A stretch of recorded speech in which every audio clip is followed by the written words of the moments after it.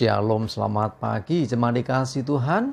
Kembali kita berjumpa dalam renungan pagi. Mari pagi hari ini kembali saya mengajak kita semua untuk merenungkan firman Tuhan. Supaya melalui firman Tuhan, hidup kita akan terus dibangun. Dan kita akan terus bertumbuh, diteguhkan dan dikuatkan dalam iman dan pengharapan. Karena firman Tuhan adalah kebenaran yang memerdekakan hidup kita. Firman Tuhan sumber kekuatan kita. Firman Tuhan menjadi pedoman bagi hidup kita. Bahkan firman Tuhan juga yang akan terus menuntun dan menerangi langkah hidup kita.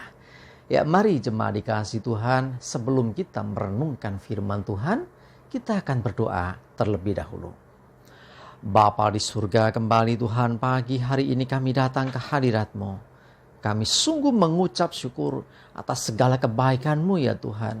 Atas begitu besar kasih setia-Mu, rahmat dan anugerah-Mu, berkat dan kemurahan Tuhan, perlindungan, penyertaan Tuhan, pertolongan dan juga pemeliharaan Tuhan atas seluruh hidup kami. Terima kasih ya Tuhan. Dan pagi hari ini kembali kami merenungkan firman-Mu. Mari Tuhan singkapkan dan nyatakan kebenaran firman-Mu atas kami semua. Dan Roh Kudus urapilah kami ya Tuhan, sehingga kami bisa menangkap pesan Tuhan dan juga mengerjakannya dalam hidup kami. Terima kasih. Di dalam nama Tuhan Yesus kami bersyukur dan berdoa. Amin. Mari jemaat dikasih Tuhan, kita akan buka Alkitab kita. Renungan pagi hari ini saya ambilkan dari Amsal 21 ayat yang ke-31. Saya bacakan. Kuda diperlengkapi untuk hari peperangan, tetapi kemenangan ada di tangan Tuhan. Jemaat dikasih Tuhan, kuda kita tahu, ya zaman dulu kuda ini adalah salah satu binatang atau hewan yang dipakai untuk banyak aktivitas. Ya, karena kekuatannya, karena lari kencengnya, ya. Salah satunya adalah untuk peperangan. Ya, orang yang berperang zaman dulu ada yang menggunakan kuda sebagai tunggangannya. Nah, kuda diperlengkapi, tentu bukan kuda sembarangan, kuda yang kuat, kuda yang tangguh, kuda yang istilahnya dapat diandalkan tentunya ya.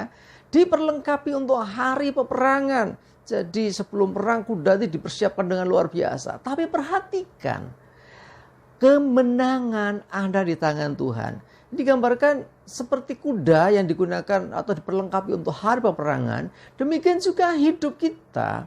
Ya, seringkali kita mendapati orang-orang yang mengalami masalah. Oh, kita butuh hikmat, kita butuh nasihat, kita butuh pertimbangan. Ya, pertimbangan semua baik. Tetapi jangan lupa bahwa solusinya ada di dalam Tuhan.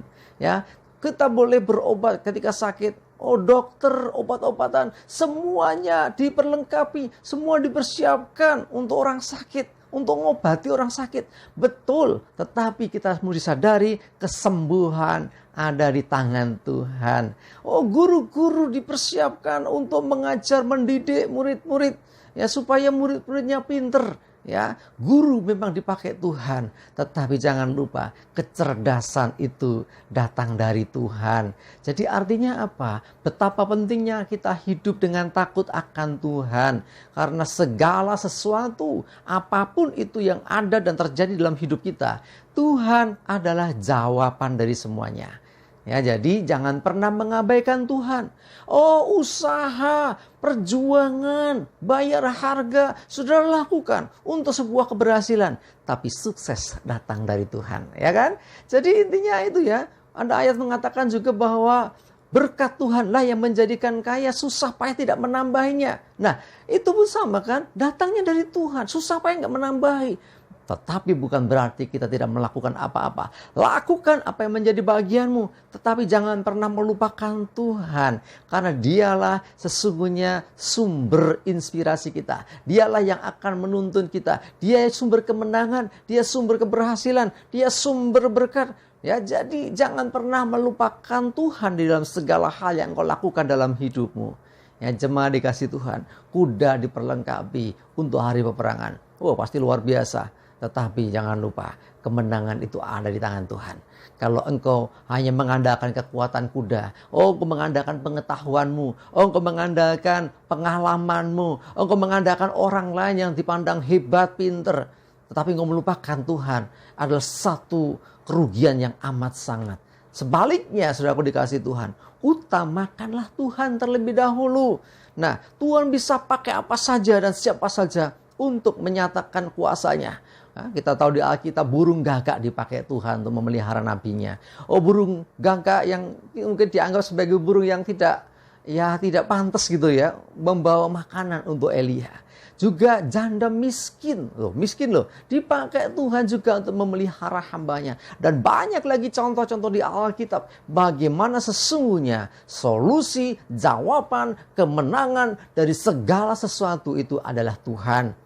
Ya, usaha, pertindakan, perbuatan kita itu baik, tetapi sekali lagi itu akan jadi sia-sia kalau tanpa perkenanan Tuhan, kalau tanpa campur tangan Tuhan dalam hidup kita.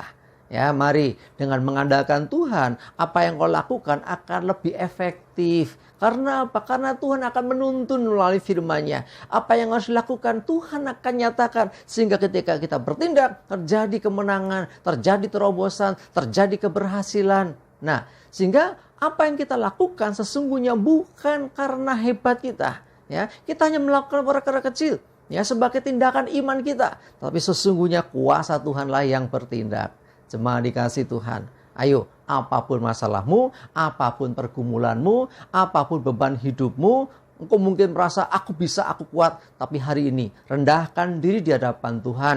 Karena Dia sumber kekuatan kita. Karena Tuhanlah yang akan memberi kemenangan, memberi keberhasilan atas hidup kita. Sehingga apa yang kita lakukan tidak sia-sia. Ada begitu banyak orang yang melakukan segala sesuatu dengan kekuatannya sendiri, yang akhirnya sia-sia, tidak membuahkan apa-apa. Sebaliknya ketika mengandalkan Tuhan, perkara kecil, perkara besar, masalah kecil, masalah besar, ketika kita bersama dengan Tuhan, maka kita pasti mengalami kemenangan dan keberhasilan.